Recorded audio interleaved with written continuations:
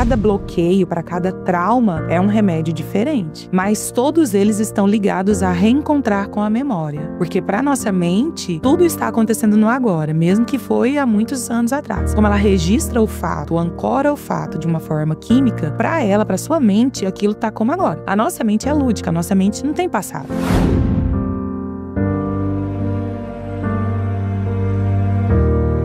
Todo o processo de cura está ligado a um encontro com as memórias, ressignificar, liberar perdão, mudar como que eu interpretei aquilo. Mas todos eles vão te levar de novo ao fato. Ou ressignificar este fato, né? Você pode colocar, tipo, uma nova forma de pensar sem ter que atingir o fato com tanta dor, como às vezes a cura interior atinge, mas ele é mais demorado, porque é por repetição ou por impacto emocional. São as duas formas. Então, quando você vai lá e ressignifica, trata de forma eficiente, você vai mudando as suas características, vai mudando tudo, aquela reatividade vai saindo, o nervoso, o estresse, você vai mudando, você vai tomando consciência de você mesmo. E você vai sendo quem você escolhe, e não a consequência de tudo que você viveu. Bom dia, boa tarde, boa noite, pessoal, como vocês estão? Estamos aqui hoje em mais um episódio do Sério Mas Nem Tanto Podcast, episódio este número 34.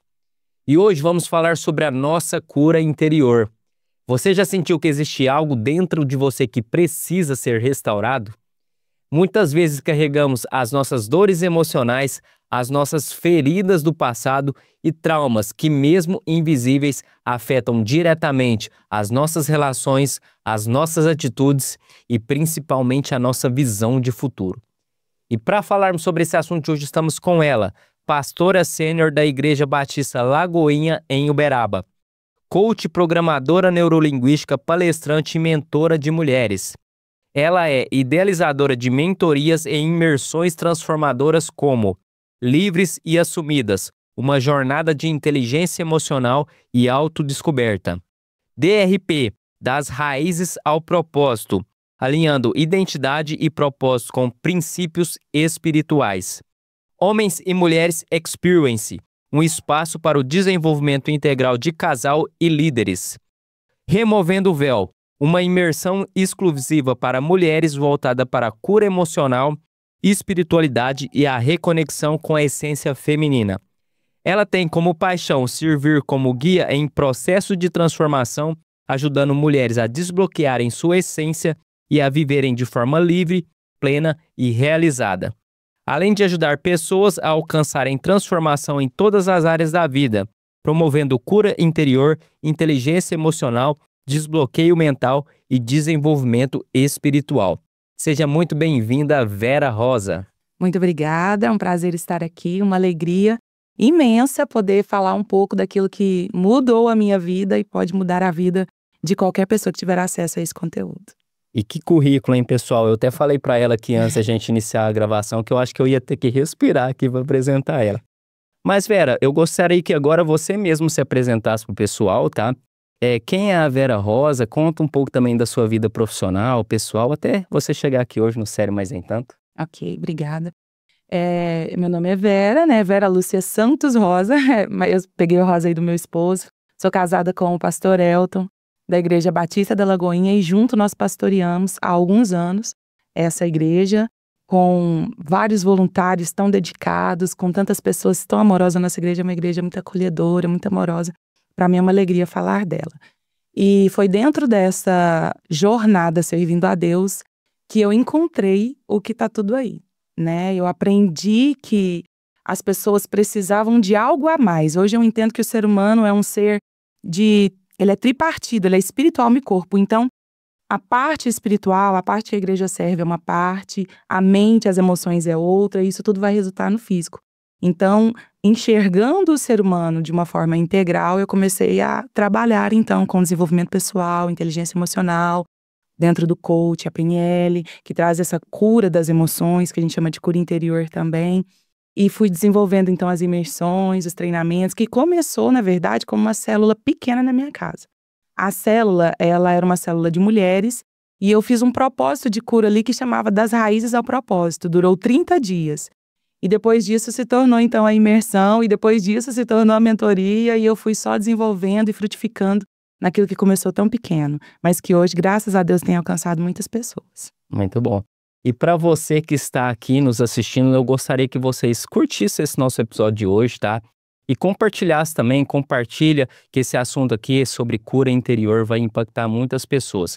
E ó, se inscreva no canal e ative as notificações, ative aí o sininho, porque toda semana que entra aqui, a gente tem novos episódios aqui no Sério Mais Em Tanto Podcast e você precisa ser o primeiro a ser avisado. E não se esqueça, tá? Comente também aqui o que você espera receber nesse nosso episódio de hoje. Mas Vera, eu gostaria de saber por você aqui para já iniciarmos. O que para você é essa cura interior? Então, a cura, para mim falar de cura, eu vou falar da ferida, Sim. né? Então, a cura, ela é um encontro real com a sua verdadeira personalidade. Ela tá ligada a um realinhamento da sua essência. Porque quando você é criança e você, dentro do ambiente que você vive, você vai recebendo várias programações e vários traumas também. Às vezes um Sim. olhar mal interpretado da mente, porque a mente, de uma forma autônoma, ela dá significados ao que ela recebe. Então eu falo que ela é uma bênção, mas por isso que tem que ter uma autoconsciência sobre ela, porque senão ela vai te prejudicar muito. Então a mente, ela dá significados a gestos, a palavras, a circunstâncias que acontecem, e isso vai desencadear comportamentos, crenças programadas mesmo, tanto quimicamente no cérebro, nas emoções, quanto os paradigmas, que são os conjuntos de crenças que são formados diante dos traumas. Então, por exemplo, uma pessoa que passou por uma rejeição, ela vai ter dificuldade de confiar, porque dentro dessa circunstância que ela viveu, ela gerou uma crença, ela gerou um significado que começa a nortear a vida dessa pessoa. Então, ela começa a viver com muita dificuldade de confiar nas pessoas. Então, o que seria a cura? A cura é voltar ao fato, ressignificar o fato, liberar a dor, liberar aquela emoção que foi programada, aquela química mesmo, que é gerada dentro do organismo, que se espalha até pelas células de todo o corpo. Então, ela vai liberar aquela programação química, que vai fazer com que aquela reatividade gerada pela essa ferida seja, então, reprogramada. E ela vai voltando para a sua própria essência, para a sua própria personalidade. Então, a maioria de nós temos características que não são nossas, que, na verdade, são reações ao que nos aconteceu e que as pessoas não conseguem controlar. Muitas delas, elas até podem camuflar, mas elas não conseguem controlar o nível de reatividade de acordo com a circunstância que ela vive, quando isso engatilha o que ela passou na infância. Então, são N, circunstâncias que podem gerar. Todos nós temos. São inúmeras circunstâncias e que, às vezes, para uma pessoa não vai significar nada, mas para a outra pode realmente bloquear toda a vida dessa pessoa. E você sente que muitas pessoas fogem dessa busca pela cura ou muitas pessoas nem sabem que precisam ser curadas para até buscar a cura? Eu sempre pesquiso os dados disso porque eu fico um pouco horrorizada e não acredito que cerca de 2 a 3% da população tem acesso a esse conhecimento. Então, ele não é um conhecimento pulverizado e de forma principalmente clara. Pode ser que alguém fale, mas não na essência, não tenha de fato um conhecimento do que é essa cura interior, essa cura das emoções. Às vezes por cima e não tem muito interesse, tanto porque nós nos protegemos pela própria ferida. Por exemplo, uma pessoa que tem ferida da rejeição, traição. Então, ela é uma pessoa que desenvolve muros. Ela não deixa acessar ela. E não tem como curar alguém sem acessar. Então, por aí, a pessoa já não tem interesse. Porque interessar significa se abrir para esse conteúdo te acessar. Então, as pessoas carregam suas feridas e pouco conhecimento. E muita resistência também ao processo de como acontece essa cura. Tem muita resistência em como se desenvolve essa cura, esse processo de cura. Então, tudo isso faz com que as pessoas vão passar uma vida toda no filtro da ferida, vivendo personagens, vivendo uma forma que não é a dela, não é a personalidade dela, não é a essência dela, e ela sequer tem conhecimento disso. E você já tem aquele feeling assim, quando começa a conversar com a pessoa, já reconhece que ela tem determinados... Eu posso chamar de bloqueio disso, ou crença? Tudo, tá tudo ligado. O bloqueio, a crença, o comportamento, eles estão todos ligados, porque nós temos redes neurais para cada área. Então, acaba que aquilo tá tudo interligado. E sim, porque cada gesto da pessoa, cada gesto vai mostrar o que ela carrega. O que ela tá fazendo ali, um cruzar de braços, uma prender a boca. Pequenos gestos vão mostrar muita coisa de como que aquela pessoa tá por dentro. E depois as falas, e a dificuldade de ser resiliente, de perdoar, a falta de paciência, o estresse. Isso tá tudo mostrando como que tá o interior dessa pessoa. E acaba que, como eu trabalho com muita gente, né, com muitas pessoas, rapidinho eu começo a ver, é muito rápido. É sem querer querendo. Eu já vejo, o meu esposo também, ele é muito perito nisso. Ele fala, olha, precisa tomar cuidado, porque tem uma ferida aqui, a identidade tá desconfigurada. Então, muito rápido a gente pega. São muitas outras coisas que a gente pega além só dessa questão da ferida, porque se tudo é comportamento humano, você vai percebendo. Sim, eu ouvi recentemente que eu fiz, né, recentemente os cursos do Paulo Vieira, que eu até vi vocês com a foto dele lá, né, o Método CIS.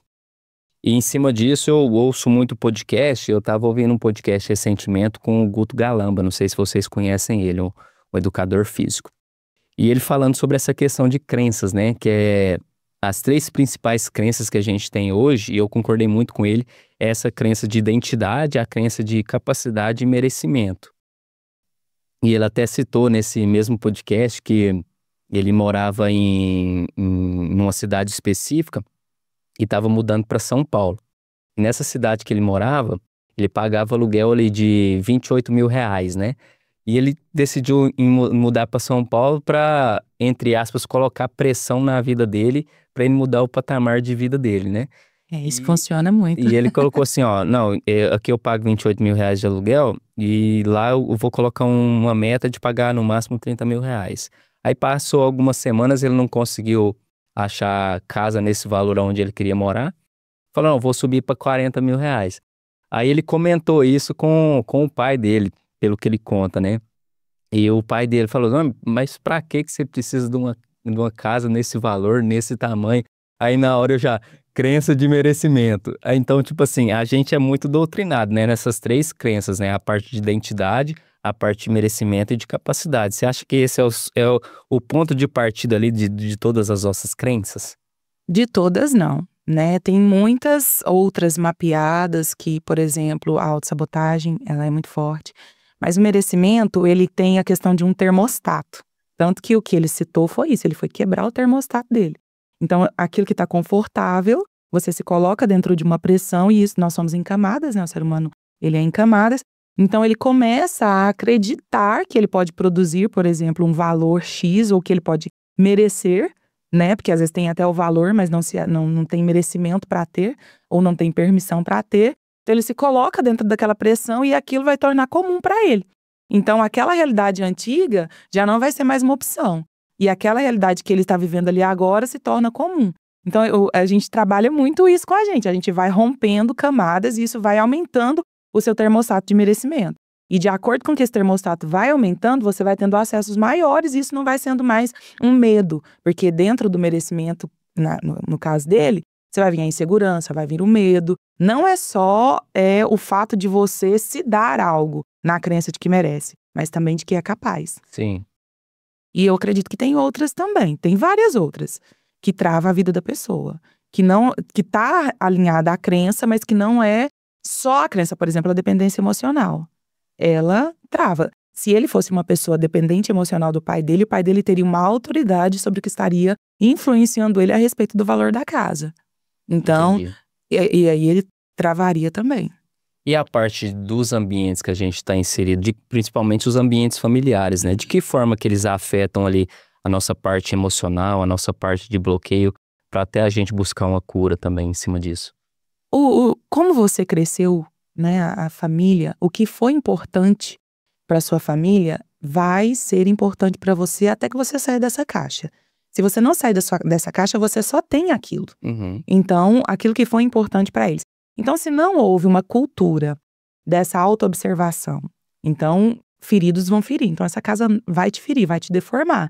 Esse ambiente, essa família, ela vai te deformar. E ela, as famílias, elas confundem muito amor com apego, né? O fato de eu querer o bem e, na verdade, eu estou manipulando. Então, dentro do ser familiar é onde mais tem isso. Porque eu quero que você fique perto de mim para proteger você.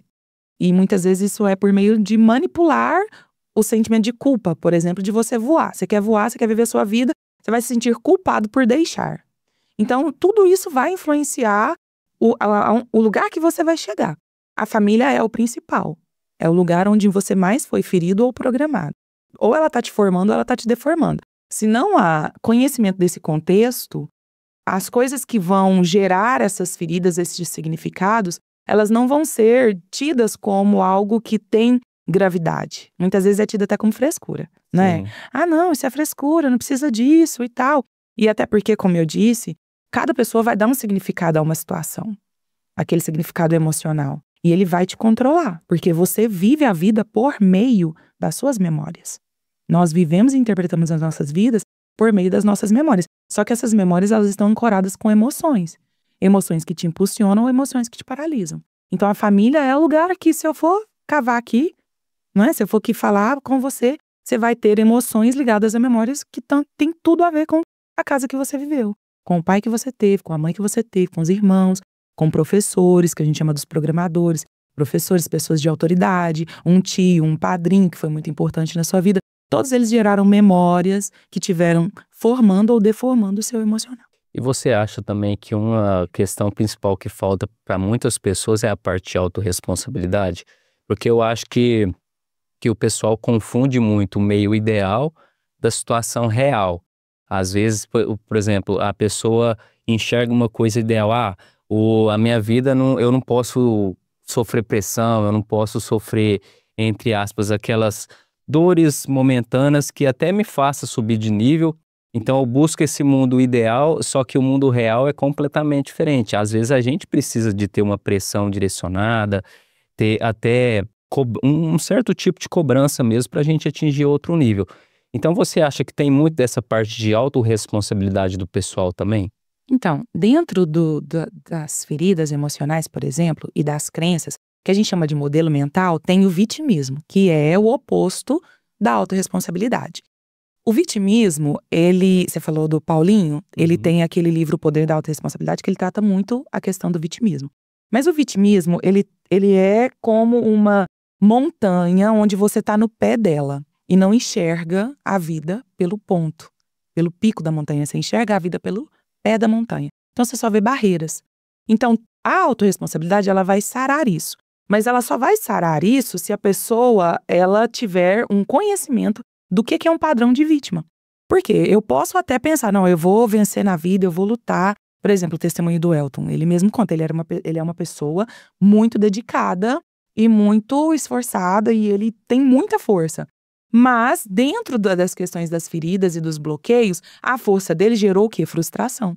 Então, por mais que a pessoa tenha responsabilidade, a autorresponsabilidade e queira, e entenda que ela tem que lutar, que ela tem que fazer acontecer e que eu tenho aqui um padrão ideal e que se eu for, né, por exemplo, a gente está terminando a reforma de um prédio, a gente chega lá e fala, não, a gente vai chegar aqui e desenvolver isso aqui. Só que você não sabe o quanto vai custar, você não sabe o tempo que vai gastar, você não sabe quantas pessoas vai estar ali, mas na ótica do que você quer, beleza, é possível, mas que põe a mão, aí vai vir a questão da cura.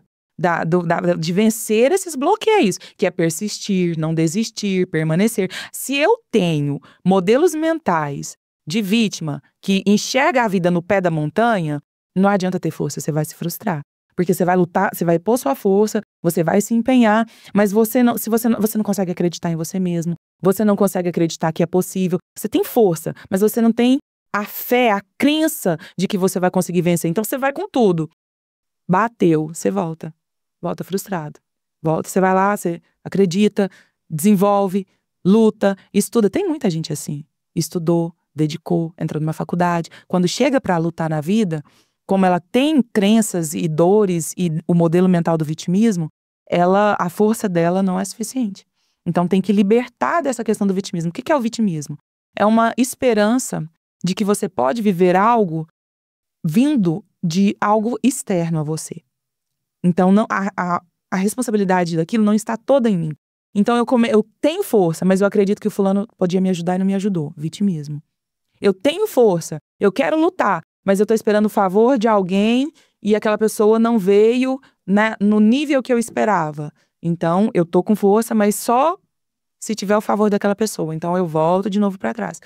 Porque eu tô contando com coisas que não diz respeito só a mim. A vítima, ela espera um salvador. Sim. Então, entra tudo dentro disso. Eu falo até pela nossa vida. A gente luta bastante, trabalha bastante, esforça bastante. Mas se a gente não vencer essa crença, essa expectativa externa, a gente frustra bastante. Eu acho que isso também vai ser, né? Pode ser uma linha muito tênue, porque assim, eu já entendo que muito das nossas curas, né? Muito dos nossos traumas, aliás, vem realmente do nosso passado, da nossa infância ali. Mas talvez tem pessoas que usam isso como muleta, né? Por exemplo, A vida inteira. por exemplo, assim, já tem consciência de que aquelas crenças ali que ele carrega, aqueles traumas vêm do passado, mas mesmo tendo essa consciência, não arregaça as mangas e corre atrás da cura e para de se vitimizar. Se vitimiza cada vez mais.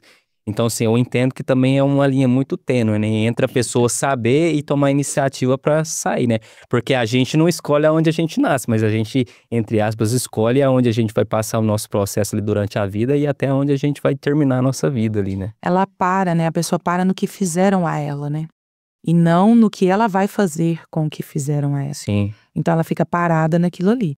O vitimismo, se a gente for explicar ele de uma forma mais ampla, ele vai chegar, ele é principalmente nesse nível que você está falando. A pessoa, ela inconscientemente, ela acaba tendo um prazer de sentir que as pessoas têm dó, têm piedade. Inconscientemente, ela busca, e por isso que ela conta o problema dela. A pessoa que carrega o vitimismo, ela é uma pessoa que conta muito problema, ela lamenta muito, pra ela tudo é muito difícil. Por isso que eu disse que às vezes ela vai ter força, pode ter força, mas se ela tem a crença da vítima, pra ela tudo é muito difícil. Tudo pra ela pro outro foi mais fácil, pra ela dói mais. Então, e isso é geral. Isso é muito grande. A quantidade de pessoas que carregam o vitimismo é muito grande. E é uma linha fininha mesmo, porque a pessoa inconscientemente, ela tem prazer de chamar a atenção pela dor dela. Porque é muito bom, né, ser vitimista. Tanto que, dentro da mentoria, uma das coisas que eu trabalho é que existem casos de pessoa com depressão, por exemplo, e já falei até com, né, médico, psiquiatra, que ela protela a cura da própria depressão pelo cuidado que está recebendo. Só que a pessoa tem que tomar consciência, que é essa autoobservação do que ela está pensando. Tomar consciência. É um pouco diferente de só saber. É tomar consciência, é a autoobservação do que está por trás de cada comportamento. Então, elas tomando consciência, ela vai perceber que ela está encontrando prazer em transferir a responsabilidade. Ela está protelando a parte que pertence a ela dessa cura. Ela protela, porque ela encontra um pouco de prazer em receber e em ser taxada como alguém que nesse momento é incapaz ou tá nessa situação. Não é geral, mas existe sim, vários casos. Aí é onde entra também a parte da nossa identidade, né? A gente se autoconhecer. Eu acho que muitas pessoas hoje tentam viver a vida dos outros, a vida... Eu gostei muito de uma frase que eu ouvi recentemente, assim, grande parte da nossa vida não está sob o nosso controle, mas aquilo que está sob o nosso controle, a gente está controlando de fato? Porque às vezes a gente tenta controlar o que está externo a gente ali, que a gente não tem controle nenhum, e nem o que está no nosso controle mesmo a gente tenta controlar. Então entra muito a parte de identidade, né? Da gente se autoconhecer, né? A identidade, dentro dessa questão do autoconhecimento, ela, para mim, é a única forma de você se potencializar. Eu gosto de falar, olha, você é uma caneta, que é para assinar cheque.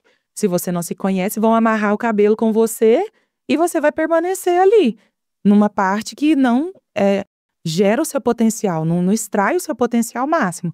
Então, quando a pessoa não se conhece, não tem autoconhecimento, não sabe quem é, ela vai ficar vivendo essa vida aí, do jeito que dá, infelizmente. E Sim. sem extrair o seu melhor. Porque no seu potencial, na sua identidade, Por mais que, às vezes, você vai ter que se dedicar, vai ter que se esforçar, mesmo se esforçando, é leve, porque é o seu natural. Sim. O seu talento, o que você está vivendo, o que você está fazendo, o que você está desenvolvendo, por mais que, não estou ficando em casa, estou trabalhando muito, ainda assim consegue ser leve, por ser o seu natural, por Sim. ser o seu original. E Vera, a parte agora dos traumas que a gente tem. Esses traumas só afetam a gente de forma psicológica ou de forma física também? Os dois. Os dois. As emoções, elas se instalam em partes do nosso corpo, nas nossas células. Aliás, as nossas células se comunicam com a programação que é gerada no trauma. A programação, ela é uma programação química. Então, a célula se comunica e ela vicia nisso. Então, ela não tem uma consciência de que aquilo é mal. Por exemplo, elementos do estresse. Ela não tem uma consciência de que aquilo em excesso está gerando em você uma ansiedade, por exemplo. Ela não tem. Ela só tem consciência. A sua célula só entende, só está funcionando recebendo aquela química.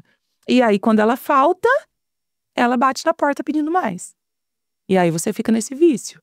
Tanto o corpo quanto o nosso interior, a nossa personalidade, todos eles são afetados pelos traumas.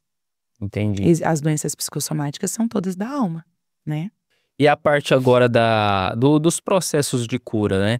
Eu entendo que provavelmente os processos de cura vai ser individual de cada pessoa ali.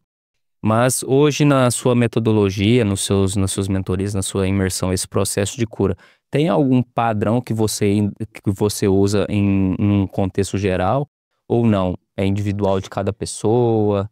Para cada bloqueio, para cada trauma, é um remédio diferente. Mas todos eles estão ligados a reencontrar com a memória.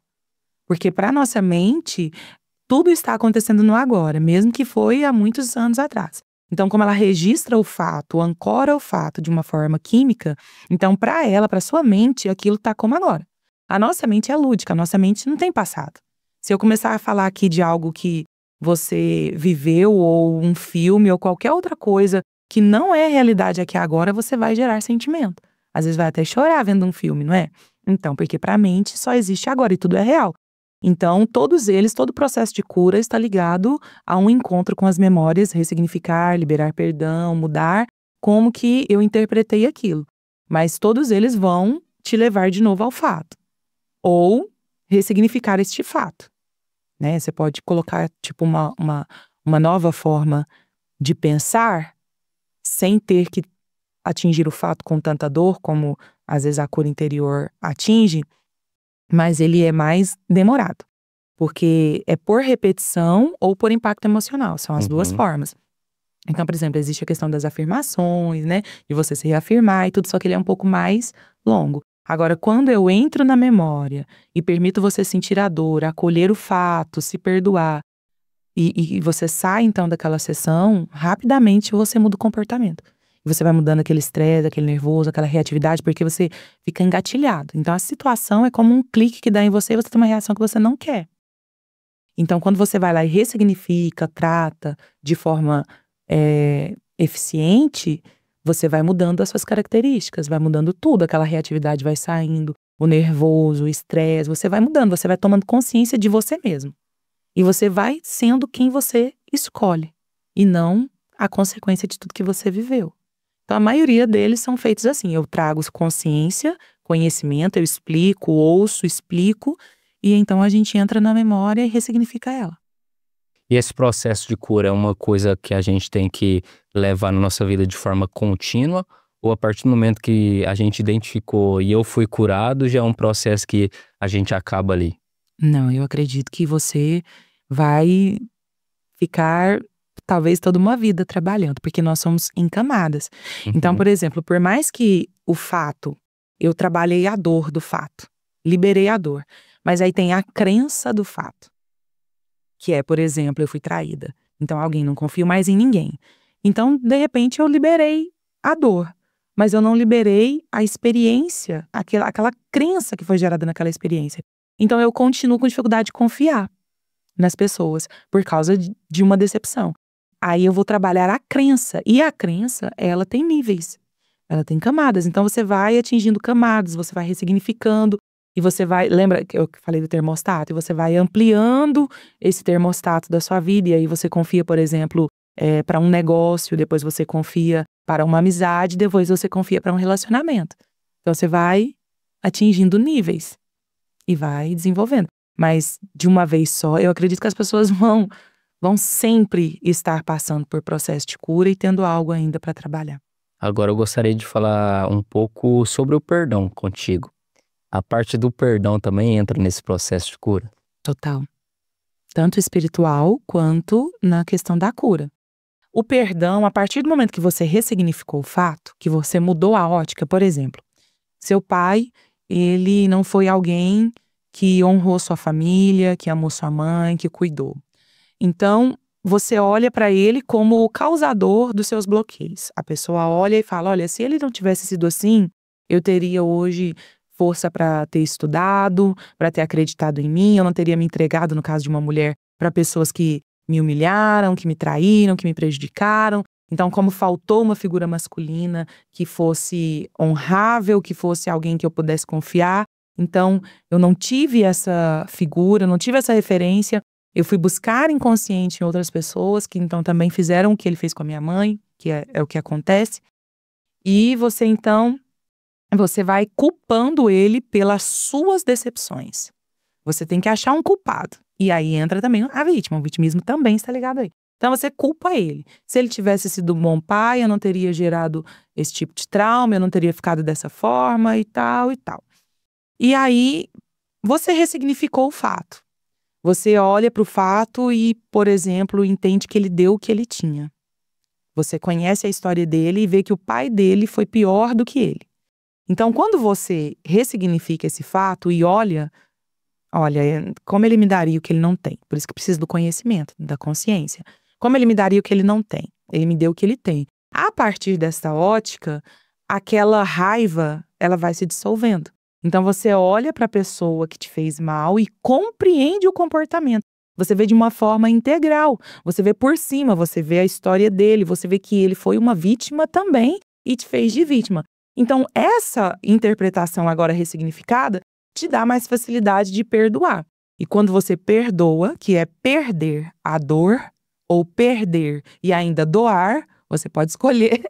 Mas quando você olha e perdoa ele, aquela memória que estava ancorada com aquela emoção de raiva, ela não tem mais nada para se amparar. Então ela se dissolve. Então a pessoa não tem mais como carregar um sentimento que está junto com aquela memória, porque aquela memória foi ressignificada.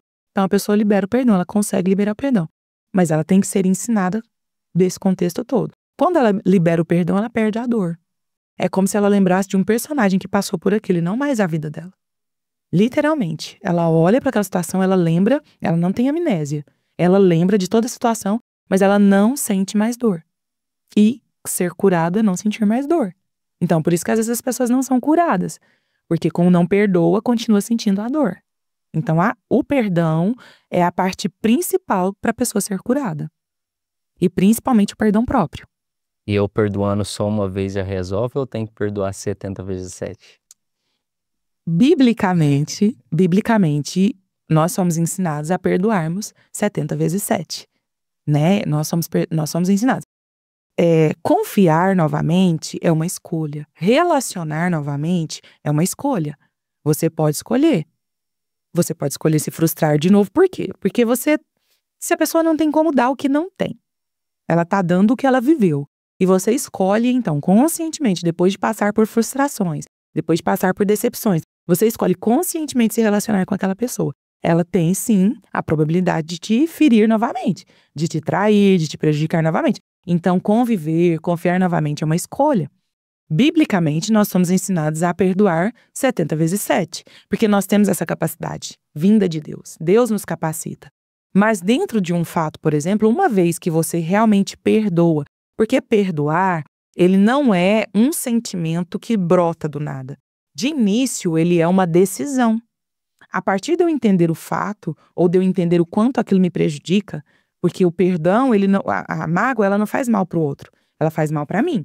Então, a partir do momento que eu começo a me amar e querer o bem para mim, e começo a olhar para mim, como parte prejudicada desse contexto, não tanto quanto o que ele me fez, mas retendo a mágoa, porque o que ele me fez passou.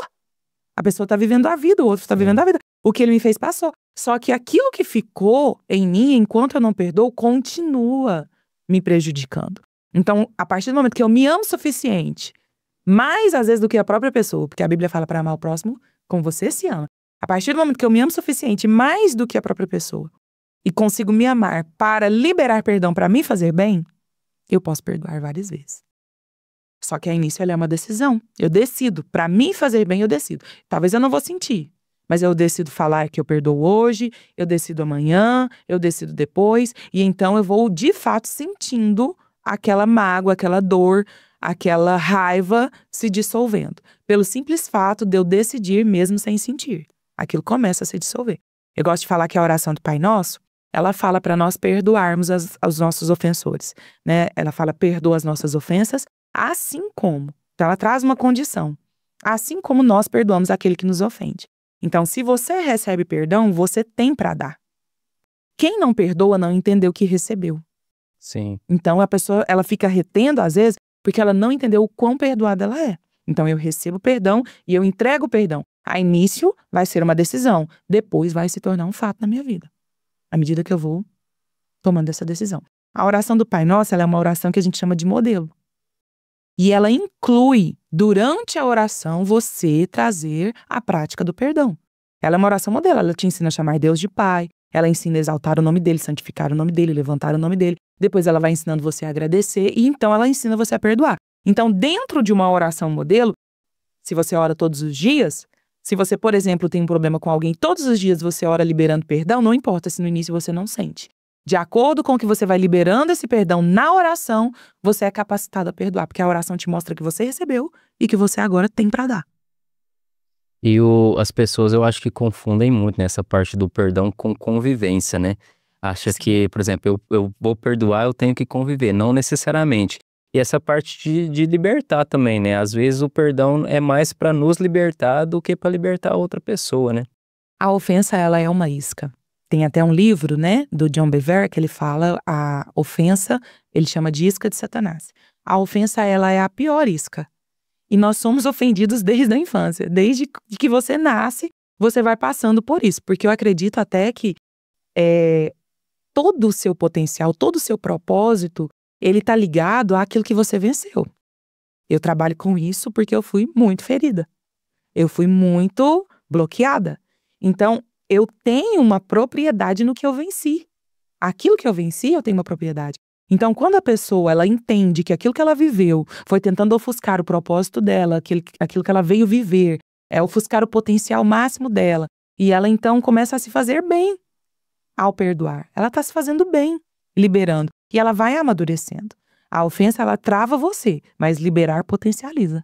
Liberar a ofensa potencializa. E aí você vai aprendendo a não se tornar mais tão ofendido. Quanto mais maduros nós somos, mais a gente vai vendo a pessoa além da casca. Você convive com a pessoa além do que ela está representando para você. Você aprende a conviver com a pessoa apesar de. E aí isso é um grau de maturidade. Só que tem pessoas que às vezes, né, tá com dor e acha que perdoar é conviver mesmo com aquela dor. Então é onde ela fica desse jeito, né, retendo a falta de perdão. Então, liberou perdão, ainda não tem um grau de maturidade, ainda não... Libera a pessoa. Você não tem que conviver com a pessoa. Você tem que se fazer bem pra você mesmo. Agora, a parte da espiritualidade. Vera, como é que a espiritualidade ela afeta de alguma forma esse processo de cura? Não afeta? Como é que ela influencia esse nosso processo de cura interior? Então, nós somos espírito, alma e corpo. Então, nós vivemos, interagimos com essa realidade, nós interagimos, a nossa existência, ela não é só mental e física, ela é espiritual também. Falando de uma forma espiritual e bíblica, é como se você, ao ficar ofendido, abrisse a porta para o mal entrar na sua vida. Porque é como se você tivesse vulnerável às coisas, ao que é espiritual.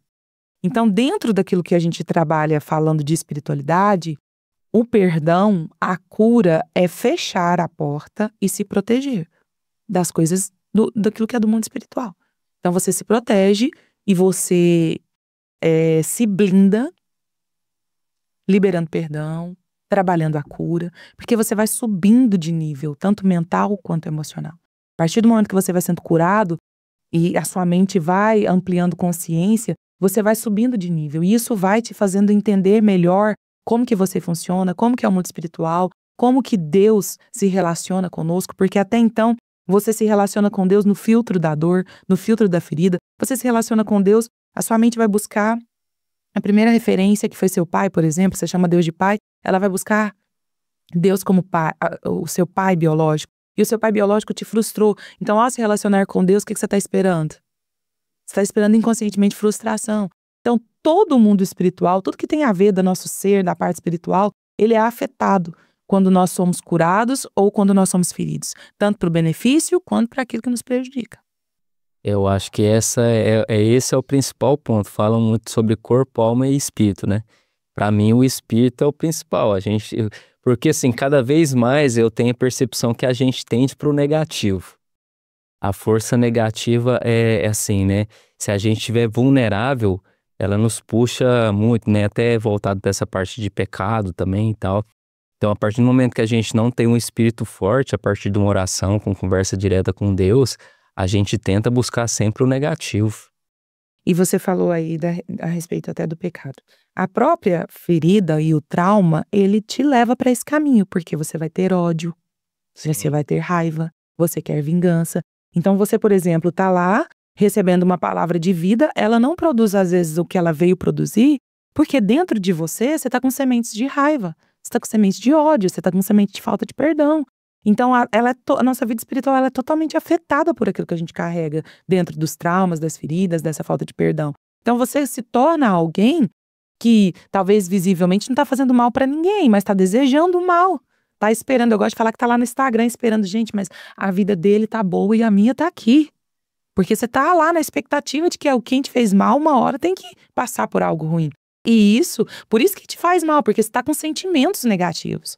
Você está com pensamentos negativos. E isso tudo vai interferir na sua vida espiritual, com Deus, no seu relacionamento com Deus. Porque nós somos espírito, alma e corpo, então tá tudo interligado. Se o espírito não tá bem, se a mente tá ferida, se as emoções estão traumatizadas, a sua experiência de vida aqui, ela vai ser totalmente limitada. Isso que é uma crença limitante, porque você vive uma vida de limites. E como é que eu mantenho um relacionamento saudável com Deus? São vários fatores que vai entrar nisso.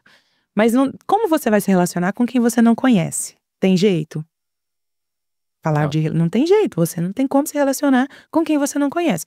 Então você precisa conhecer, ouvir, aprender, ler, se interessar. A primeira parte é essa, eu me interessar. Se eu quero ter um relacionamento com alguém, isso vai ser a partir do meu interesse. Eu me interesso. E se você dá o primeiro passo, e mesmo que você não saiba o que fazer, vamos supor, dentro de um secreto, dentro de um tempo que você vai passar com Deus, o próprio Espírito vai te conduzir pelo simples fato de você querer. Pelo simples fato de você se interessar, de buscar. Então você vai sendo conduzido.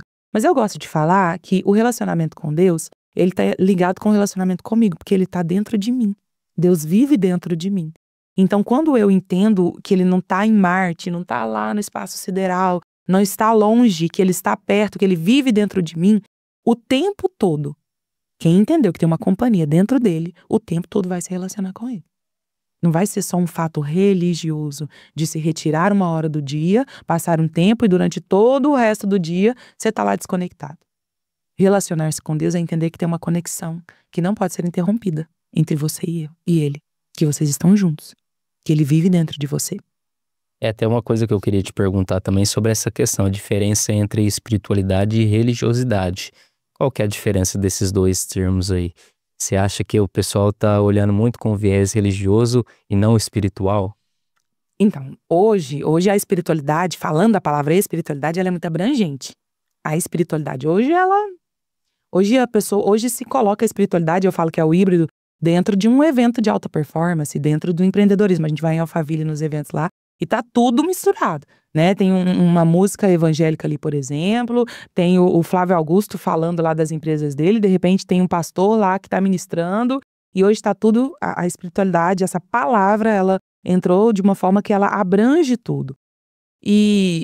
Mas assim, ser espiritual ou a própria palavra espiritualidade, ela é uma libertação de regras, de dogmas. O religioso, ele se fia no cumprimento de dogmas. Ele se fia, ele se considera alguém correto, politicamente correto. Ele é aquela pessoa que ele tem uma performance.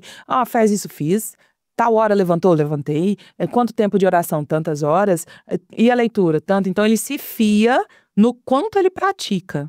E a espiritualidade, ela vai entrar no que eu falei, no quanto eu sei que eu tenho conexão com Deus. No quanto eu tenho relacionamento, conhecimento. Então, por exemplo, eu posso ouvir falar de um livro e ler o livro e não ter relacionamento nenhum com o autor do livro. E eu não saber nada do autor do livro. Religiosidade é ler o livro e não conhecer o autor. Espiritualidade é, apesar de não saber, talvez, interpretações e teologia e tanta coisa sobre o livro, mas ter relacionamento com o autor. E a partir do momento que a pessoa segue só a religiosidade também, eu acho que ela tende ao vitimismo da forma de culpar a Deus, né? Por exemplo, eu tô seguindo essa regra aqui, firme e forte, aí acontece uma coisa negativa na minha vida. Não, a culpa é de Deus, a culpa não é minha. O que tá acontecendo? Eu trato muito caso assim, que, esses dias mesmo, eu fiz tudo certinho. Eu casei bonitinho, eu fiz tudo certinho. Por que Deus fez isso comigo? É a religião. A religião, ela culpa a Deus. Ela coloca todo peso em Deus. E a vítima, gente, e eu gosto assim de falar, e principalmente dentro do cunho religioso, é muito triste isso. Por quê? Porque nós fomos ensinados culturalmente, dentro, né, do Brasil, por exemplo, é uma cultura dessa transferência de responsabilidade à escolha, por exemplo, que eu fiz ou que eu não fiz. Ao que eu permiti, ao que eu tive expectativa. Então, a pessoa que carrega esse padrão de vítima, dentro do cunho religioso, ela pensa e ela fala, me desculpa, ela pensa e ela fala assim, olha, Deus está no controle. Deus está no controle, Deus está no controle. E controle, para mim, com governo, são coisas diferentes. Controle é manusear, manobrar a sua vida. Então, por isso que entra dentro do padrão de vítima. Porque o que é o governo? O governo é instalar leis. Não é? O governo não está na minha casa. Eu não estou sendo vigiada ali, olha, você fez algo errado. Não, existem leis instaladas. Eu quebro ela, eu tenho a consequência dela. Então, isso é o governo. Controle é, por exemplo, eu escolhi vir aqui. Então, quem deu direção para a minha vida nessa hora de aceitar um convite e de vir aqui, fui eu.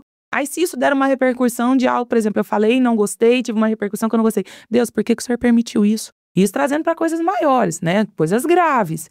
Por exemplo, as questões, a pessoa que ela escolhe ter, um filho, um casamento, uma dívida. É tanta coisa que a gente trata que a pessoa, no final, joga a culpa em Deus, entra o padrão de vítima. Porque eu esperava que Deus fosse falar, fazer. Eu esperava, eu entro dentro do empreendimento, quebro. Não, porque Deus deixou quebrar, porque eu esperava que tantas pessoas fossem comprar, porque eu esperava que isso fosse acontecer. E ainda carrega assim, porque eu ouvi de Deus, mas Deus vai falar algo e vai sustentar. Se não sustentou, tem alguma coisa errada com o que você ouviu.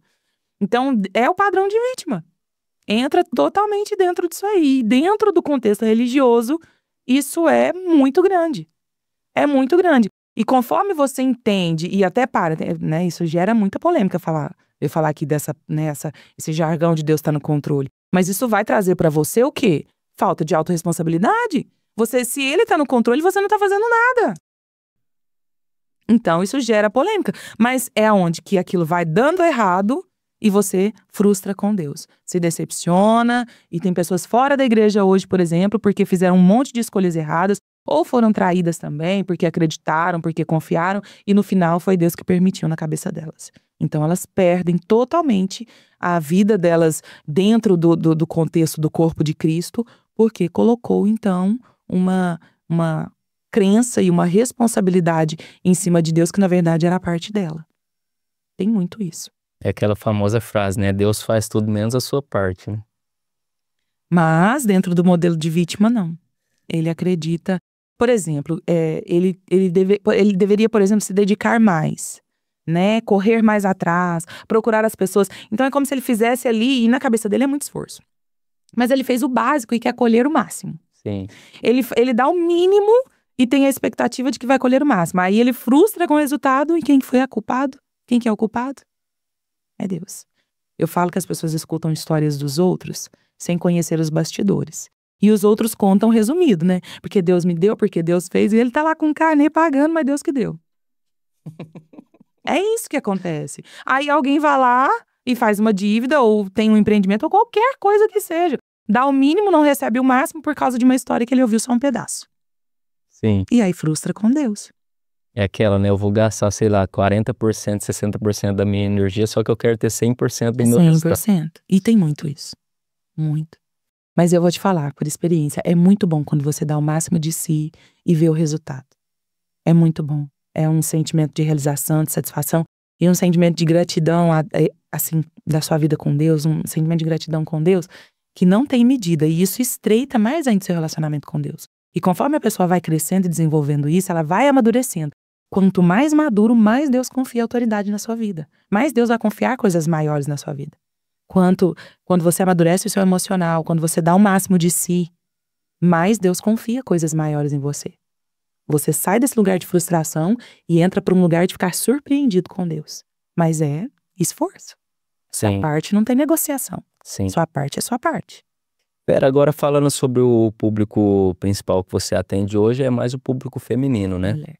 Como é que tá hoje a questão dos bloqueios femininos, essa questão, as mulheres estão buscando cada vez mais essa cura interior? Como é que tá não sei se pode se chamar de mercado, ou se chamar de busca mesmo pela cura interior? É muito. Mulher, eu tô até rindo aqui, né? Porque a mulher, ela tá sedenta.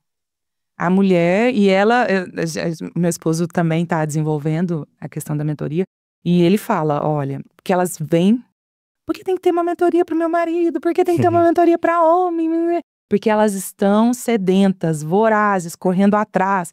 Elas querem mesmo transformação, elas querem mudança, elas estão olhando para dentro de si, estão pegando aí, pelo menos as que estão perto de mim, que eu trabalho, pegando para si a autorresponsabilidade, elas estão amadurecendo, estão buscando mesmo a questão da cura, da libertação da crença de bloqueios, de crenças limitantes. As mulheres estão muito envolvidas.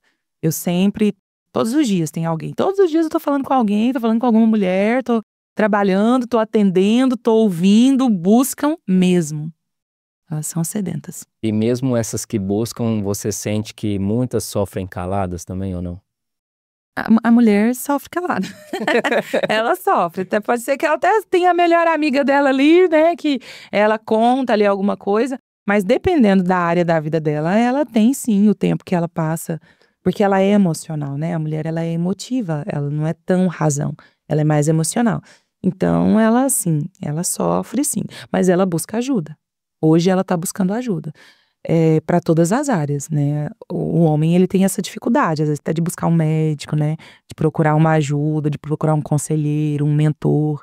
Mas a mulher, ela tá disposta hoje, ela tá saindo um pouco mais para fora para buscar ajuda, mesmo passando aí pelo sofrimento, às vezes em casa, né? A história dela, os traumas dela, as dores, as frustrações.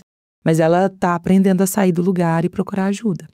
Eu acho que a base de tudo é o público feminino mesmo, porque o homem, eu acho que são poucos que buscam isso, né? A grande maioria não acha que é bobagem, acha que não é necessário e vai... Ele não quer mexer também, né? Por quê?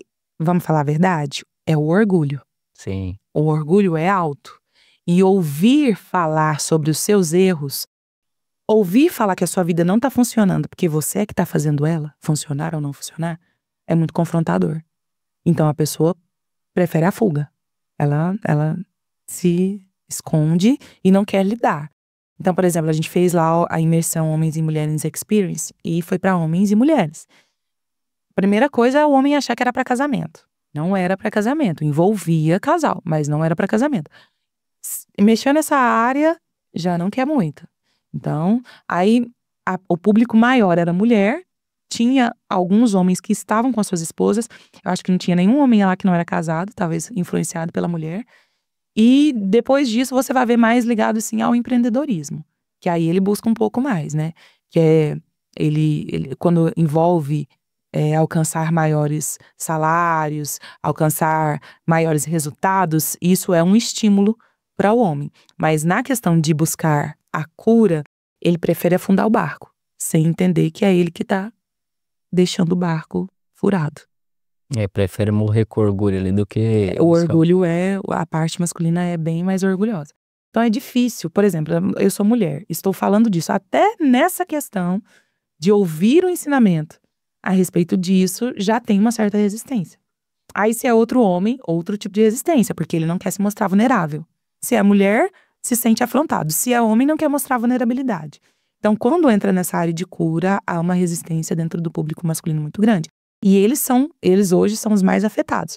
Porque tem o potencial, tem toda a capacidade e joga toda a sua força, como eu falei, mas às vezes fica frustrando com o resultado, porque o seu potencial ele vai ser, de fato, extraído quando ele for restaurado, quando ele for curado. Caso contrário, você está muito na força do braço e não, de fato, naquilo que é seu natural. Então, essa força do braço, ela tem limite, ela tem tempo de limite. Ela não tem... Se não é algo que você tá naquilo que é seu natural, você foi curado, sua personalidade foi restaurada e você, então, tá desempenhando aquilo que é seu natural, você, de tanto forçar, vai se cansar. E aí você vai se frustrar e desistir. Então, a gente vê muito isso. E a parte agora das pessoas tóxicas. Que mesmo eu buscando a cura, eu estando no processo de cura, eu saio daquele meio ali e volto pro meu meio, que tem várias pessoas que querem me puxar para baixo, ser uma âncora ali na minha vida. Como é que eu consigo lidar com essas pessoas? Então, você foi no Correndo? método CIS, né? Correndo? Engata uma marcha aí, mas você só vai fazer isso se você for livre. Sim. Porque se tem dependência emocional, se você tem necessidade de aprovação, você é controlado por esse meio. Esse meio te controla, esse meio te manipula. Por isso que você volta. Porque, por exemplo, a pessoa não tem permissão, a pessoa tem vergonha de mostrar altos resultados para um ambiente que não saiu do lugar. É como se ele estivesse afrontando. Ele ofende as pessoas desse ambiente. Se você começa a trabalhar em você e você começa a crescer, se o ambiente não vai junto, se você está num lugar onde as pessoas estão paralisadas, o seu crescimento ofende elas. E você se sente acusado de ofender elas por estar fazendo bem para você. Então, se você tem problema com dependência emocional, com necessidade de aprovação, você vai ser manipulado por esse ambiente. Você falou que foi no método CIS. O que você recebeu lá? Uma descarga de conhecimento, de trabalho interno, de impacto emocional. Não foi essa a sua experiência? Muito impacto emocional, muita ressignificação. Você sai de lá e fala, olha, eu vou ser outra pessoa. Nunca mais eu volto para aquele lugar. Aí você entra dentro do ambiente antigo. A sua mente, seu cérebro é neuroplástico. Ele molda ao ambiente. E isso não está sobre o seu controle. O seu controle está sobre a escolha do ambiente. Mas o que o ambiente vai fazer com o seu cérebro, com a sua mente, você não tem o controle. Automaticamente você vai voltando ao hábito de pouquinho em pouquinho, de pouquinho em pouquinho. Para o quê? Para pertencer àquele lugar. Eu sou radical com isso. Eu sou bem radical com isso. Eu mando beijo e dou tchau facinho. É um poder que me foi dito, né, recentemente. A gente tem um poder. Qual o poder? De levantar e sair fora. Mas só livres fazem isso. Dependendo da função que você exerce, você vai ser taxado por se fazer bem. Você é taxado como egoísta, orgulhoso, por se fazer bem. Entendeu? Só que eu entendo a vida de uma forma. E eu ensino muito isso na minha mentoria. Eu estou num grupo que não cresceu. Eu estou num ambiente que não desenvolveu. Eu estou num ambiente cheio de traumas, onde as pessoas, elas não têm liberdade nem para se dar bem com a cura. Porque alguém curado é arrogante. Sim. Alguém curado, alguém que fala a verdade, é orgulhoso, E é sabe, te arrogante, é cortando, soberbo. e sabe o que que é o mais engraçado? Por exemplo, a pessoa, nesse exemplo, né? A pessoa tá buscando a cura e a pessoa que foi curada, ela fala que é arrogante. Aí ela nunca vai conseguir a Nunca. cura. Porque a sua mente não vai te liberar para tomar uma decisão de algo que você tem um preconceito. Ela vai criar um monte de argumentos para você não ir para aquele lugar. Por mais que o que você ora ou pede a Deus seja ser curado. Mas se você interpreta uma pessoa curada como arrogante, que dia na sua vida que você vai se liberar para ser curado? Não vai, você vai ser controlado por todos os pensamentos que vêm sobre você quando você olha uma pessoa curada. Só que ó, o que que é o necessário? O resultado. O resultado daquela pessoa não tem como você mentir. Ela é arrogante, mas tem resultado. Ela é soberba, mas alcança pessoas. Ela é orgulhosa, mas tem o favor de Deus. Entendeu? O resultado é quem vai falar. O fruto, Jesus falou que a árvore é o fruto. O fruto vai falar. Só que, voltando àquilo, eu estou num ambiente onde as pessoas não são livres nem para se comportarem como pessoas curadas. Então, se eu vou ser aquela que estou buscando me curar, desenvolver, dentro desse ambiente eu vou ser taxada. Agora, imagine eu convivendo em um outro ambiente onde todo mundo está curado, está crescendo, está desenvolvendo. Eu vou me sentir ofendida nesse ambiente? Nesse novo ambiente? Eu não vou me sentir ofendida, eu vou me sentir ofendida nesse aqui, porque toda hora alguém está me cutucando. Toda hora alguém tá taxando, tá me rotulando, não é? Então, é isso que me faz voltar ao padrão antigo ou tomar consciência e ir para um novo lugar. Porque eu vou percebendo naturalmente que as suas tribos, os ambientes, eles carregam os seus padrões e as suas crenças. Sim. Então, eu quero agora, conscientemente, permanecer e pertencer a um ambiente onde eu sou natural naquele lugar. Eu gosto de falar que ainda que no início eu possa ficar constrangido, porque o nível pode estar mais alto do que o meu, e eu falo, quanto mais constrangido, melhor, porque mais eu vou me constranger a melhorar. Agora, esse nível aqui, esse ambiente aqui, ele não quer ficar constrangido, ele quer ficar à vontade. E ficar à vontade é não mudar, é permanecer do mesmo jeito. Então, eu vou ficar nesse ambiente aqui. Todo mundo que vier diferente, eu vou cutucar, ofender. Por quê? Porque me constrange a mudança do outro. Então, eu prefiro, no meu caso, sair deste lugar e ir para um lugar onde eu fique constrangida no lugar de eu provocar constrangimento. Sim. Eu fique constrangida. E ali, por um tempo, eu vou ficar constrangida, mas depois, a minha mente não se amolda, eu vou me amoldar. E eu estou agora conscientemente escolhendo onde eu quero chegar e quem eu quero ser. E não mais refém das pessoas e dos ambientes que eu estava. Eu não sou mais refém deste lugar. Agora eu estou escolhendo estar e ser a pessoa e o ambiente que eu quero pertencer. Só que só livre faz isso. Só uma pessoa livre. Cabe muito também num livro que eu tô lendo agora, chama Especialista em Pessoas, do Thiago Brunet. Ele fala muito sobre isso, nessa questão das pessoas, das amizades, né? Estratégicas, necessárias e íntimas, né?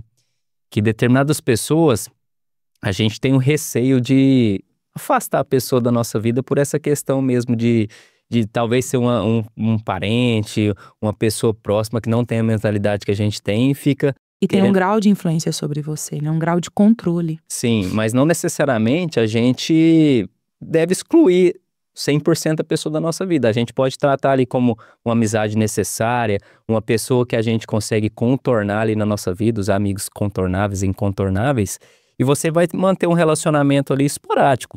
Uma vez por ano, a cada 6 meses, não precisa necessariamente estar inserido no mesmo ambiente daquela pessoa ali, né? Porque, como você disse, né? É mais fácil a gente mudar de ambiente do que mudar o ambiente. O ambiente sempre dita a regra ali no final. Ele vence, né? O ambiente sempre vence. E é um jogo de inteligência, é um jogo de consciência. Lembra, cada um está dando o que tem. Quando eu olho por cima no pé da montanha, eu vou enxergar aquele ambiente, aquelas pessoas, como dando o que tem. A questão é eu conscientemente permanecer, eu vou perder tudo aquilo que foi feito em mim. Porque eu sou um ser orgânico. Então, eu vou estar naquele ambiente, eu vou voltar para os meus hábitos. Eu fui num método, eu fui numa imersão. Dentro da mentoria, por exemplo, eu tenho uma tarefa, que a pessoa precisa mapear as mesas dela, ela precisa desenvolver um plano de ação para sair das mesas que tem reclamação, murmuração e julgamento. Ela tem que criar um plano de ação para sair e um plano de ação para entrar numa mesa de desenvolvimento. 5 mesas. Então, ela tem que sair de tais mesas e ir para outras mesas. Esse é um dos maiores desafios que elas alcançam, que elas encontram. Por quê? Porque às vezes, quem mais influencia são pessoas que são próximas, família, amigos, pessoas que são, como você disse, dentro do livro, estratégicas, que são necessárias ali. Só que eu tenho que tomar consciência de que eu não vou estar sendo moldada naquele ambiente, é uma coisa estratégica. E no outro eu quero observar e me deixar ser influenciada por esse outro lugar. Então, claro, é um jogo de inteligência. Você vai olhar, vai ter inteligência, vai estar ali, vai tratar bem, porque cada um está na sua fase. Cada um está dando o que tem. Não é sobre gostar ou não da pessoa, é sobre a minha vida, para onde eu estou levando ela. Isso é governar a sua própria vida, isso é uma mente de governo. Não tem nada a ver com o outro, cada um está no seu processo, cada um está no seu nível. Acontece que dentro do meu nível eu estou criando estratégias para ir para o lugar que eu quero. Pastor, agora conta pra gente como é que funciona a parte dos seus treinamentos, das suas mentorias, imersões. Você já falou aqui, né, que você atende mais o público feminino, mas como é que funciona a metodologia, a interação entre vocês? Então, eu tenho, com meu esposo, a gente tem a DRP, que é das raízes ao propósito. Ela trabalha espiritual, mental e emocional e desbloqueio. Então, a gente tem tanto a parte de conhecimento de tudo aquilo que bloqueia a vida de uma pessoa nas questões espirituais, de tudo aquilo que bloqueia a vida da pessoa nas questões emocionais e de tudo aquilo que bloqueia a vida da pessoa nas questões de crenças. Então, a gente trabalha, é uma imersão de 2 dias, muito conteúdo e toda essa questão do que a gente entende de como que se rege o mundo espiritual. Então, num dia a gente trabalha todas as questões espirituais. No outro dia a gente traz reprogramação mental, cura interior, como você participou lá no encontro. Então, a gente traz, no primeiro dia, atos proféticos. No segundo dia, a gente traz reprogramação mental, cura interior, dentro do conhecimento e também das técnicas. Então, essa é das raízes ao propósito. Depois tem a de mulheres, que é a Removendo o Véu, que aí eu vou mapear as 5 feridas emocionais, que é rejeição, humilhação, abandono, traição e injustiça, que são as 5 feridas que são catalogadas. Eu vou trabalhar todas essas feridas, eu vou trabalhar toda essa questão de cura e eu entro dentro da autoestima, essa parte do universo feminino. Essas são as imersões minha, né, a que eu tenho com meu esposo, e depois vem a de homens e mulheres, que também a gente fala até sobre como o corpo se amolda à ferida, né? A gente falou sobre as emoções se instalarem nos nossos órgãos, nas nossas células. Dentro dessa imersão a gente trabalha isso também. E agora a minha mentoria, que ela acontece com 10 encontros. São 10 encontros com aulas, mas tem outros encontros esporádicos. A gente tem encontro até para fazer compras, que a gente vai trabalhar o merecimento. Sim. E essa é uma das aulas que mais impacta elas. Todo mundo entra e fala assim: isso, eu tenho maior facilidade para comprar. Comprar é comigo mesmo. Eu tenho dificuldade é para não dever, é para parar de fazer conta e tal. Quando ela passa pela aula do que é os tetos do merecimento, termostato. E aí ela acaba de sair da aula, minha aula eu dou dentro do shopping e libero elas para fazer compra. Muitas não conseguem comprar. Passa até mal comprando, dá tremedeira, porque eu lanço a observação pelo que ela vai ouvir e porque ela tem que fazer algo que ela nunca fez, né? Eu vou aumentar o merecimento. Então ela tem que fazer algo por ela que ela nunca fez. Então a gente tem encontros no shopping, a gente tem encontros para jogar vôlei, pra gente gerar uma comunhão. Eu estou gerando uma comunidade de mulheres que a gente vai ter empreendedorismo, a gente vai ter moda, vai ampliar, mas a priori a primeira parte dessa mentoria é cura interior. Eu trabalho muito a autorresponsabilidade, a libertação da dependência emocional. O nome é Livres e Assumidas, então ela tem um propósito de tornar essa mulher livre de todos os traumas, de todos os bloqueios, de todas as frustrações que ela viveu. O que trouxe ela até aqui não vai ser o que vai levar ela para um novo lugar. Então a gente vai aprender a despedir, a desapegar, mesmo que foi bom, daquilo que te trouxe até aqui, para abraçar o excelente, abraçar o ótimo de uma nova mulher. E os projetos futuros, como é que está? Fiquei sabendo aí que você está para lançar um livro. Tá pronto. Graças a Deus. Nossa, é um milagre. Tô vivendo milagres de Deus, assim, tô vivendo coisas, realmente, respostas de oração. Tá pronto, hoje ele ainda tá em formato de dentro da apostila, dentro da mentoria Livres e Assumidas, mas ele é um livro, né? E eu tenho a intenção, sim, de publicar, se Deus quiser. Deus vai conduzir a melhor forma, porque ele vai transformar vidas, com certeza. E dentro dessa mentoria, partir de agosto eu quero um novo formato, porque o primeiro formato ele vai continuar, mas ele é um start. Ele é uma tomada de consciência. Mas a mentoria, ela é pegar na mão. E aí eu tenho um projeto maior, com mais mulheres que eu estou aliançando, que também influenciam outras mulheres. E eu vou trazer algo assim que, se Deus quiser, vai impactar essa cidade. Vai atingir muitas mulheres. Eu tenho realmente essa visão, essa perspectiva. Tanto que eu trouxe outras pessoas para poder estar trabalhando que alcançam outras mulheres. E aí vai ser num período maior, vai ser quase 6 meses, a minha é só 10 encontros. Vai ser quase 6 meses e vou colocar até empreendedorismo dentro. Vai ter crenças, vai ter transformação de crenças, cura interior, desbloqueio, empreendedorismo, moda, né? Não moda na parte genérica, mas o seu próprio, encontrar o seu próprio estilo, espírito, alma e corpo totalmente transformados. Eu posso participar também? Aí é com o pastor Elton aqui, né? No momento, eu ainda não tenho essa modalidade. Eu fico pensando sobre isso, porque às vezes tem homens que querem, né? Quer atendimento e tudo. E as mulheres também querem que o marido participe, né? Mas teria que ter algo assim, o Elton mais assim, tá aliançado assim com meu esposo, a gente vê o que poderia fazer. Conteúdo e método, a gente tem muito, né? A gente tem muita coisa para entregar. Mas tem a questão do tempo, tem todas as atividades dentro da igreja, né? Eu vou pegar uma pessoa e vou andar com ela 6 meses. Então, pegar na mão, conduzir, porque dentro dessa questão da mentoria, eu tô ali à disposição da pessoa. Eu tenho também mentoria individual que eu tô abrindo agora, porque é algo mais personalizado com a necessidade da pessoa e com aquilo que ela quer atingir, com o objetivo que ela quer atingir. Então, é algo mais personalizado. Mas é pegar alguém do ponto A e conduzir até o ponto B.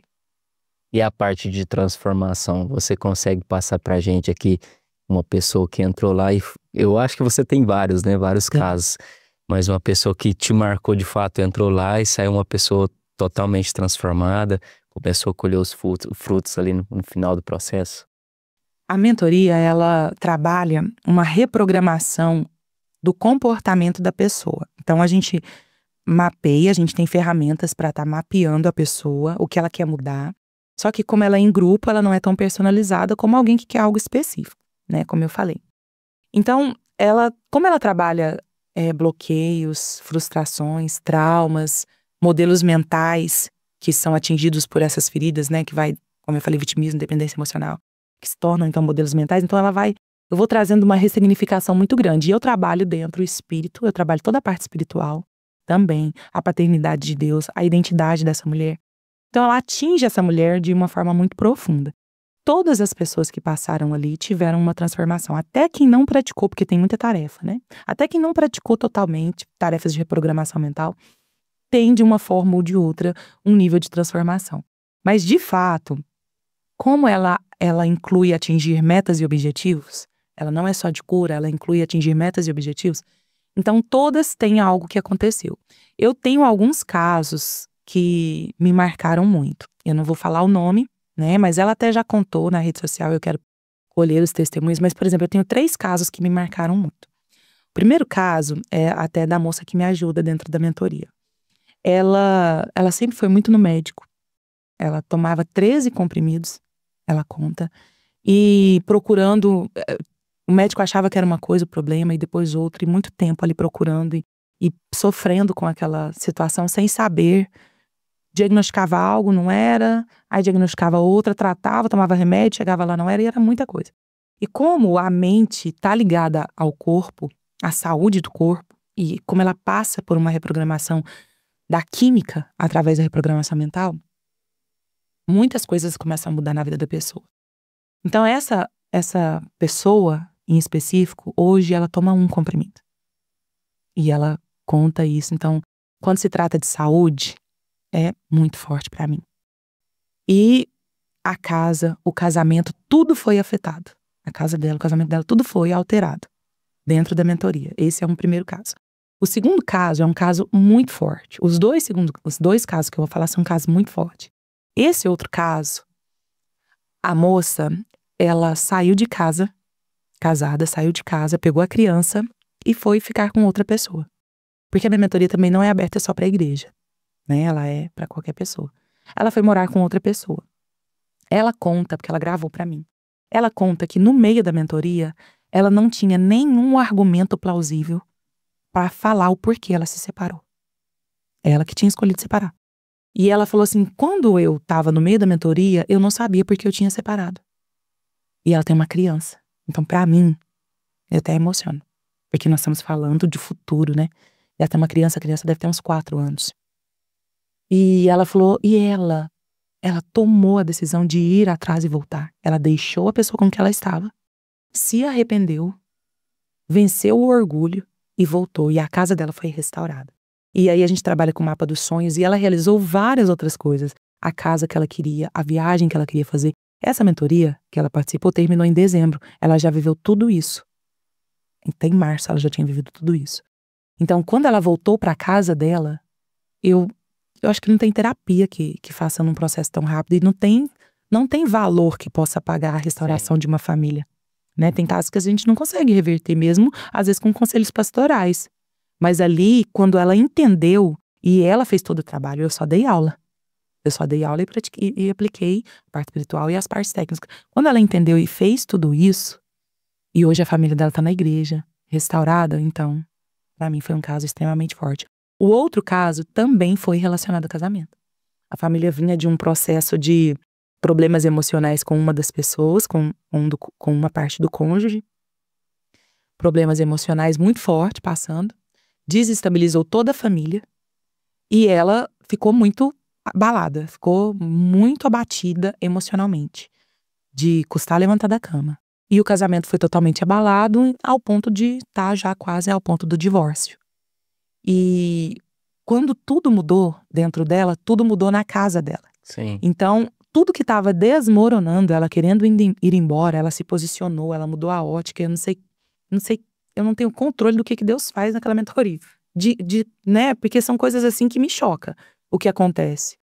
E aí ela se posicionou, começou a mudar, e a mudança dela mudou toda a casa dela, ao ponto do marido dela, dentro de uma aula, fazer uma declaração de amor e ir lá pedir perdão para ela. Então e hoje tá lá com a família restaurada, a filha agora entrou para a próxima turma.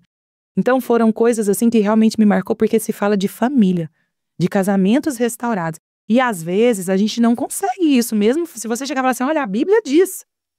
E não inverte, não muda a cabeça de uma pessoa. Olha, mas a palavra de Deus diz. E isso não consegue restaurar um casamento. Então eu não sei como Deus age, o que Ele faz, o que acontece dentro daquela sala. Que acontecem muitas coisas, mas são muitas coisas mesmo que acontecem ali. Um outro fato, a moça perdoou coisas antiguíssimas. O processo dela de perdão foi tão forte que ela passou mal, vomitou. Foi algo assim, foi um processo muito forte. Quando ela foi liberar perdão por coisas muito antigas que ela achava que já tinha perdoado e não tinha perdoado. Então, é o poder de Deus, porque como eu trabalho com espírito, alma e corpo, é o ministério que Deus me deu também, aquilo que Ele colocou na minha vida, que é para libertar, transformar e curar. Mas é uma coisa que não é força do braço. Eu não sei como que atinge tanto e tem, assim, uma unção mesmo de transformar destino. Altera o destino dessas pessoas, né? E pastora, onde você recarrega suas energias para lidar com essas transformações? Porque a partir do momento que a gente fala sobre esse mundo espiritual, tem as boas forças, mas opondo a isso tem as más forças também, que em teoria eu enxergo que não quer que você, né, faça a transformação nessas mulheres. Por onde você recarrega, com quem que você recarrega suas energias? Eu já fui muito afligida por não entender o que eu sei hoje. De ficar na cama, de ir no médico, de tomar injeção, de não conseguir levantar da cama, de estar com dor de cabeça, toma remédio, toma injeção e não melhora. Porque realmente eram coisas espirituais. Porque eu não sabia me proteger. Então, existe um efeito que a gente chama de efeito esponja, e eu sou literal essa esponja, inconscientemente. Tanto nas questões espirituais quanto emocional. Então, eu não percebia. Então, eu ficava doente, eu passava mal, eu sentia muita dor no corpo, Um dia eu falei, Deus, eu não tenho... Na época eu não tinha 40 anos.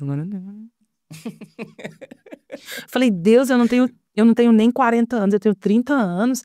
E eu vivo com dor no corpo, eu vivo doente, eu vivo passando mal. Meu marido vivia me levando no médico, tá? Que era pronto-socorro, né? Meu bem, era aquela coisa e dor de cabeça. Era, gente do céu, de ficar sem dormir. Uma época eu fiquei sem dormir 40 dias. E trabalhando. Era muita coisa que eu passava. Mas hoje eu aprendi, inclusive, a respeito do ambiente. Então, eu aprendi a me proteger.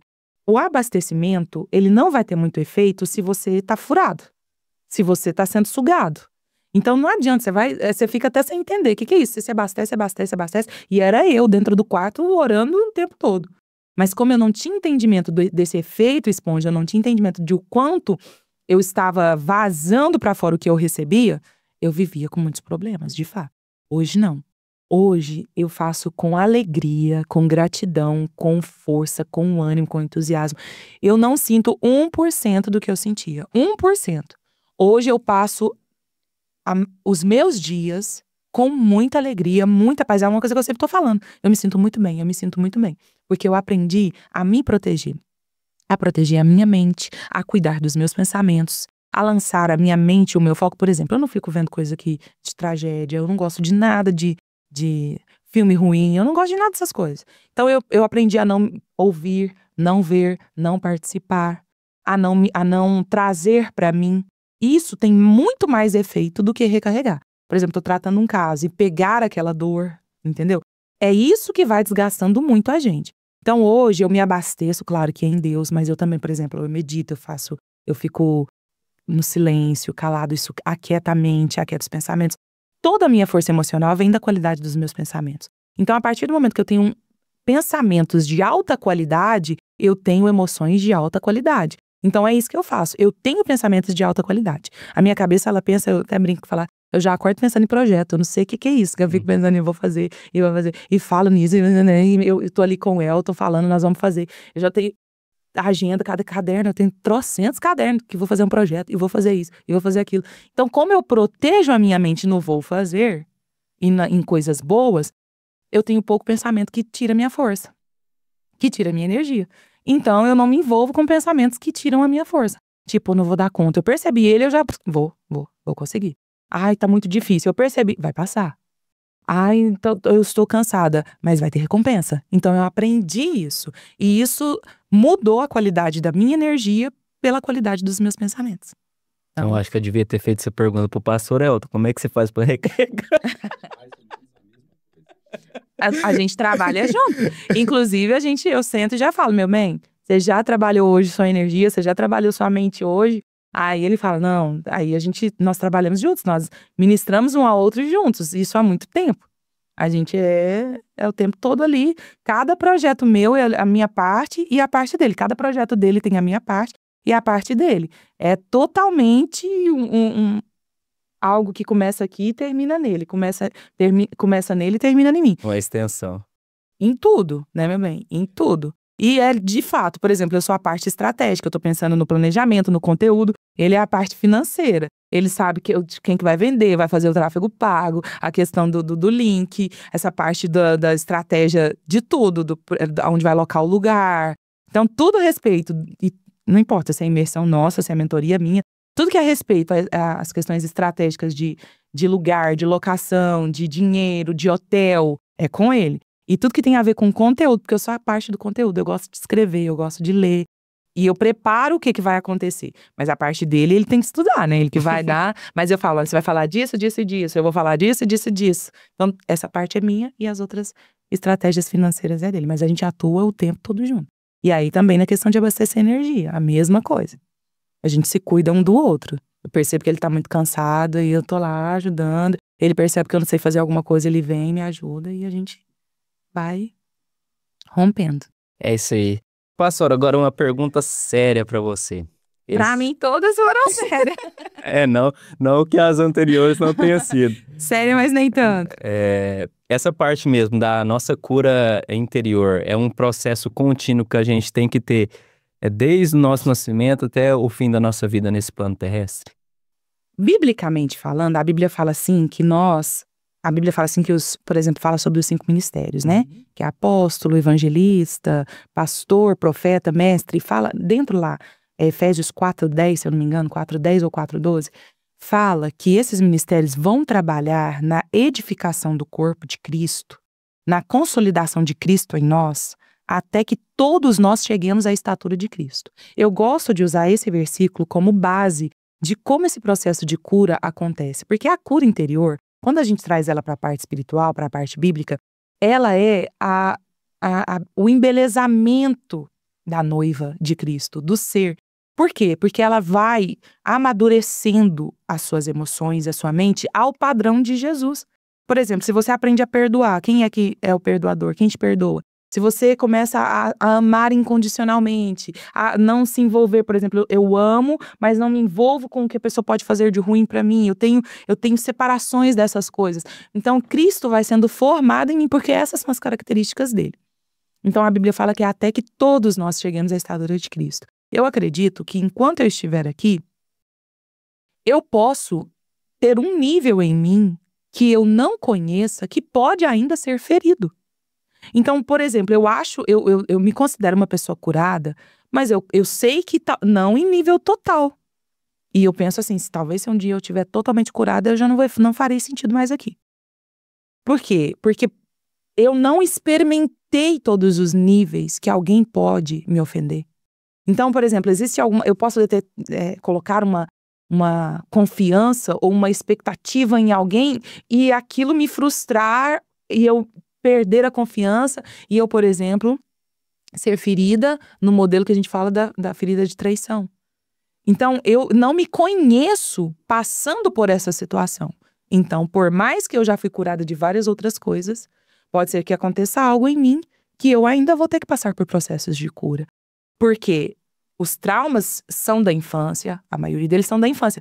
Mas como ser emocional, as pessoas, quando essa criança interior não foi totalmente curada, e eu não entendo quais áreas ainda não foram atingidas, então eu carrego uma criança interior que a uma situação que eu nunca passei pode alcançar um nível de ofensa em mim que eu não conheça. E que eu vou passar, assim, por um processo de cura. Então, enquanto eu estiver aqui, eu acredito que de camada em camada, nós vamos atingindo lugares em nós mesmos, onde a gente vai se tornando mais restaurado e a nossa personalidade, então, vai sendo mais livre para ser quem a gente realmente é, para viver aquilo que a gente realmente é, a nossa identidade no potencial máximo.